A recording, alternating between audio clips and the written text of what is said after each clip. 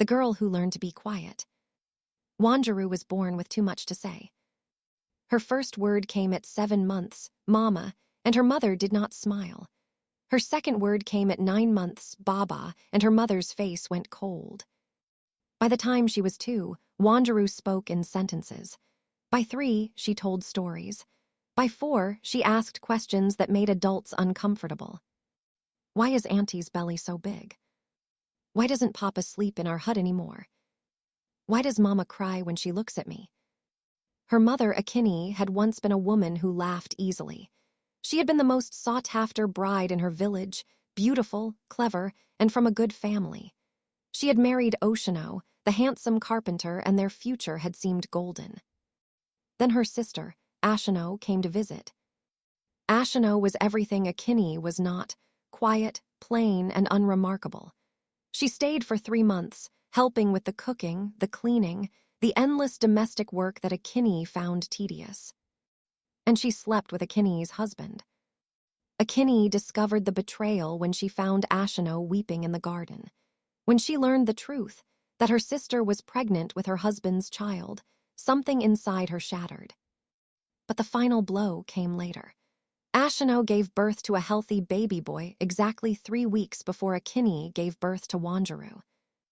In the village, the whispers were unbearable. Look at that, the wife and the sister, pregnant at the same time. Whose child is whose? The sister's baby is a boy. The wife's baby is a girl. No wonder he preferred the sister. Akini looked at her newborn daughter, at the round cheeks, the inquisitive eyes, the voice that would not stop, and saw only betrayal. Every time Wanjiru opened her mouth, Akini heard Oshino's excuses. Every time Wanjiru asked a question, Akini saw Ashino's face. Why did you have to be born? Akini whispered one night, holding the squalling infant. Wanjiru did not understand. She only knew that her mother's arms were too tight and her voice was too sharp. Part 2. The Mother's Discipline. Wanjiru was 5 years old when she learned that words were dangerous. It happened in the kitchen. She had been chattering about a butterfly she had seen, its yellow wings, the way it danced from flower to flower, the question of where butterflies slept at night. Enough, Akini snapped. Wanjiru fell silent. She had learned that silence was often safer than speech. But sometimes she forgot. At 6, she asked, Mama, why don't you ever hug me like Auntie hugs her baby? Akini's hand struck so fast that Wanjiru didn't even see it coming. She fell to the floor, her cheek burning. Blood trickled from her lip. Your aunt is a whore, Akini hissed. And you are a reminder of that. Every time I look at you, I see her. Every time you speak, I hear her lying tongue. Stop reminding me. Wanjiru learned to bite her tongue. She learned to swallow her questions. She learned to be small, quiet, invisible. But sometimes, even silence was not enough. At 7, she left a cup of water on the table. She had forgotten to wash it. Akini grabbed her by the ear and pulled her to the corner of the hut. Do you think I have time to clean up after you? She screamed. Do you think you deserve my time? You are nothing. You are less than nothing. You are the mistake I never wanted. She beat Wanjiru with a stick, not enough to break bones, but enough to bruise. Enough to leave marks that Wanjiru would hide beneath her clothes. When Oshino returned home, Wanjiru was crying in the corner. What happened? He asked. She fell, Akini said flatly. Oshino looked at his daughter. He saw the welts on her arms. He said nothing. Wanjiru learned that her father would not protect her. She learned that no one would. Part 3. The Schoolyard Cruelty. At school, Wanjiru was known for 2 things, her quietness and her body. She was chubby, round-cheeked, soft-bellied with thick arms and short legs. The other children, particularly the boys, noticed. Look at the hippo, they would whisper. Does she eat elephants for breakfast? She can't run, she can't talk, what can she do? Wanjiru had once answered back. In the first year of school, she had been sharp-tongued, quick with retorts. But the beatings at home had taught her that words were dangerous. The mockery at school taught her that speaking only made the pain worse. So she stopped.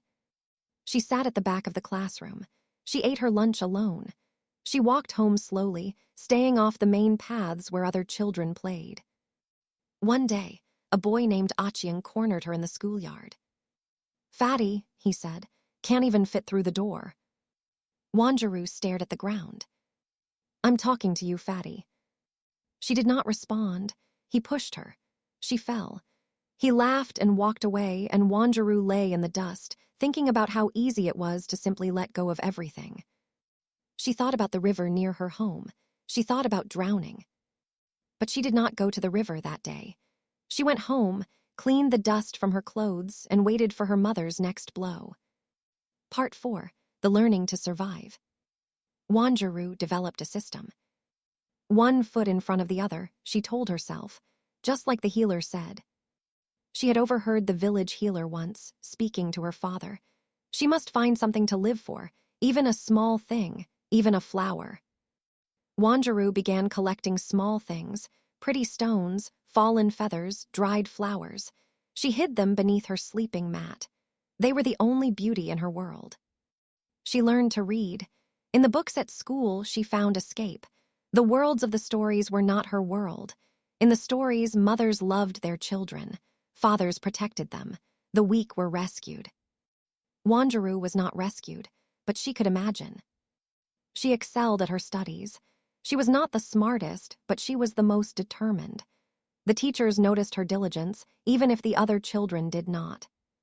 "She is a hard worker," one teacher wrote in her report. Akini read the report and sneered. "Hard work is for people who have nothing else." Wanjiru said nothing. Part 5. The Hiding. At home, Akini's cruelty had evolved. The beatings were less frequent now. Wanjiru had learned to be invisible, but the verbal abuse continued. "You are a disappointment," Akini would say. "You remind me of everything I lost. Every time I look at you, I remember your father's betrayal. Every time I hear your voice, I hear her voice." Wanjiru learned to make herself smaller. She hunched her shoulders. She kept her head down. She spoke in monosyllables. "What would you like for dinner, Mama?" "Nothing you could cook." "Do you need help with the wash?" "What help could you possibly give?" She stopped asking. She stopped hopping. But sometimes, in the night, she would press her face into her sleeping mat and weep, silently so no one would hear. She would whisper to the darkness, "Why did you have me? Why couldn't you love me? What did I do wrong?" She did not know that she had done nothing wrong. She only knew that her mother's hatred was a weight she could not escape. Part 6. The First Man. At 19, Wanjiru met her first man. His name was Njenga, and he was a musician, charismatic, unpredictable, and emotionally unavailable. She had never been noticed before, but Njenga noticed her. "Pretty girl," he said one evening at the market. "Why are you always alone?" Wanjiru did not know how to respond. No one had ever called her pretty. No one had ever asked why she was alone. I don't know," she said. He smiled, and Wanjiru felt something she had never felt before, a flicker of warmth. They began to see each other. He would come to her after his performances, smelling of palm wine and sweat.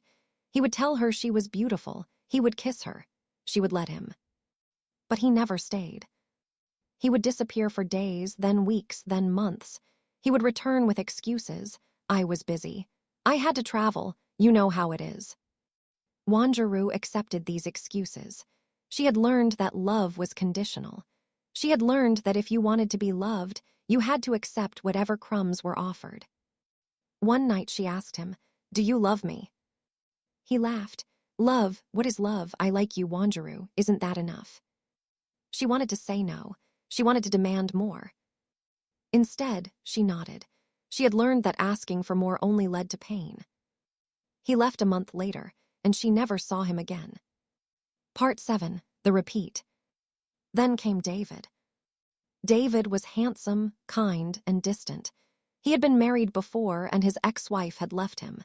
He carried a grief that Wanjiru recognized, the same grief she carried. "Your eyes are sad," he told her. "I like sad eyes." They became a couple. He was gentle with her. He never hit her, but he was never truly present. They would sit together and he would stare out the window. They would talk and he would seem far away. They would make love and afterward he would turn his back to her. "What do you want from me?" she finally asked. "I want someone who doesn't need me," he said. Wanjiru understood this. She had learned not to need anyone. She had learned to survive alone. So she stayed. She accepted his emotional absence the way she had accepted her mother's cruelty, as her due, as the price of being alive. Part 8, the breaking point. She was 25 when the cracks in her coping system finally gave way. Her mother had died the previous year. Akini had passed without apology, without reconciliation. On her deathbed, she had spoken only once to Wanjiru. "You are just like her, just like my sister. You stole everything from me." Wanjiru had not wept at the funeral. She had felt nothing, just a great, hollow emptiness. David left her shortly after. "I can't fix you," he said. "I can't make you happy, you're too broken." She went to her apartment, a small, cramped room in the city, and closed the curtains. For 3 days, she did not eat. She did not move. She lay in bed and stared at the ceiling, thinking about the river, about the schoolyard, about the beatings, about the men who had taken pieces of her without giving anything back. "I am alone," she thought. "I have always been alone. I will always be alone." She thought about giving up. But then she heard a voice, a memory from long ago, from the healer who had spoken to her father. She must find something to live for, even a small thing. Wanjiru got out of bed. Part 9, the first step. She went to a therapist. It was the hardest thing she had ever done. Sitting in the small, quiet office, facing a stranger, trying to explain the years of pain that had shaped her. "I don't know how to feel," she said. "I'm numb. I've been numb for as long as I can remember." The therapist, a kind woman named Enjoki, nodded. "Tell me about your mother," she said. Wanjiru did. The words came slowly at first, halting, fragile, then faster. The story poured out, the betrayal, the beatings, the constant reminder that she was unwanted. "And your father?" Enjoki asked. "He didn't protect me," Wanjiru said. "He never protected me." "And the men you chose?" Wanjiru was silent for a long time. Then she said, "I chose men who couldn't love me because that's what I knew, that's what I was used to." Enjoki leaned forward. "You know that was not your fault, right? You were a child. You did nothing wrong." Wanjiru began to weep. She wept for the girl who had been beaten. She wept for the girl who had made herself invisible. She wept for the girl who had believed she was worthless. And for the first time, she let herself believe. "It was not my fault." Part 10, the UNLERNING. Therapy became her lifeline. She learned to speak the words she had swallowed for so long. She learned to say, "I am angry," and "I am sad," and "I deserved better." She learned to recognize her patterns. She had chosen emotionally unavailable men because they felt familiar, like her mother, like her father, like the family that had failed her. "They felt safe," she told Enjoki. "Because I already knew they wouldn't love me. I didn't have to hope." "But you do have to hope," Enjoki said. "That's the terrifying part. You have to believe that you deserve love, and then you have to wait for it to find you or go looking for it."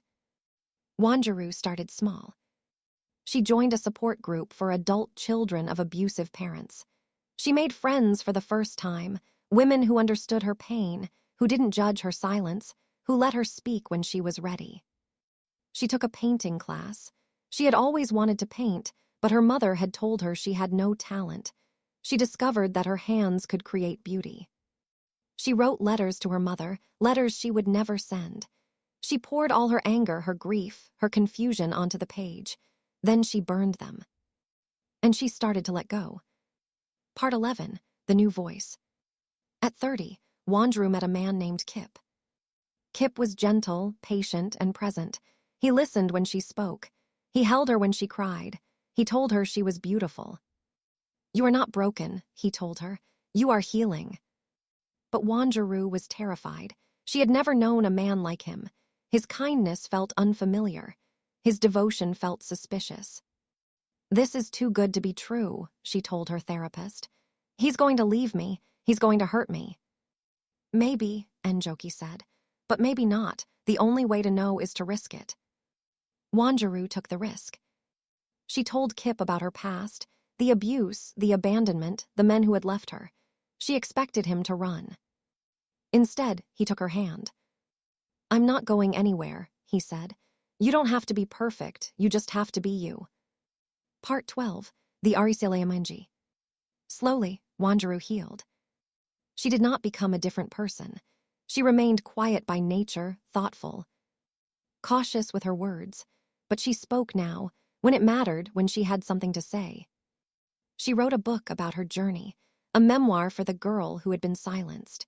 She dedicated it to the little girl who had been beaten for asking too many questions.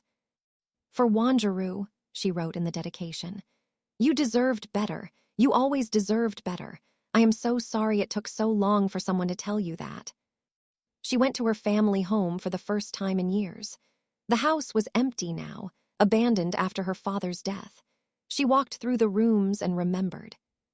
In the corner where her mother had beaten her, she knelt and said, I forgive you, not because you deserve it, because I deserve peace. In the room where she had slept, she left a flower, a yellow one, the color of the butterfly that had made her speak when she was 5. Epilogue, the girl who found her voice. Wanjiru and Kip married on a hillside overlooking the lake. She wore white, she smiled. She spoke her vows in a clear, steady voice. I spent most of my life believing I was unlovable, she told her guests. I was wrong. I was always lovable. I just didn't know it. A little girl came up to her after the ceremony, a chubby girl with round cheeks and bright eyes.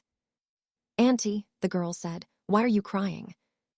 Wanjiru knelt and looked at the girl. She remembered being that girl, speaking too much, asking too many questions, being silenced. I'm crying because I'm happy, she said. Do you know what makes me happy? What? Talking to you. You have so much to say, don't you? The girl nodded vigorously. Good, Wanjiru said. Don't ever stop. Don't ever let anyone silence you. Your words matter, you matter.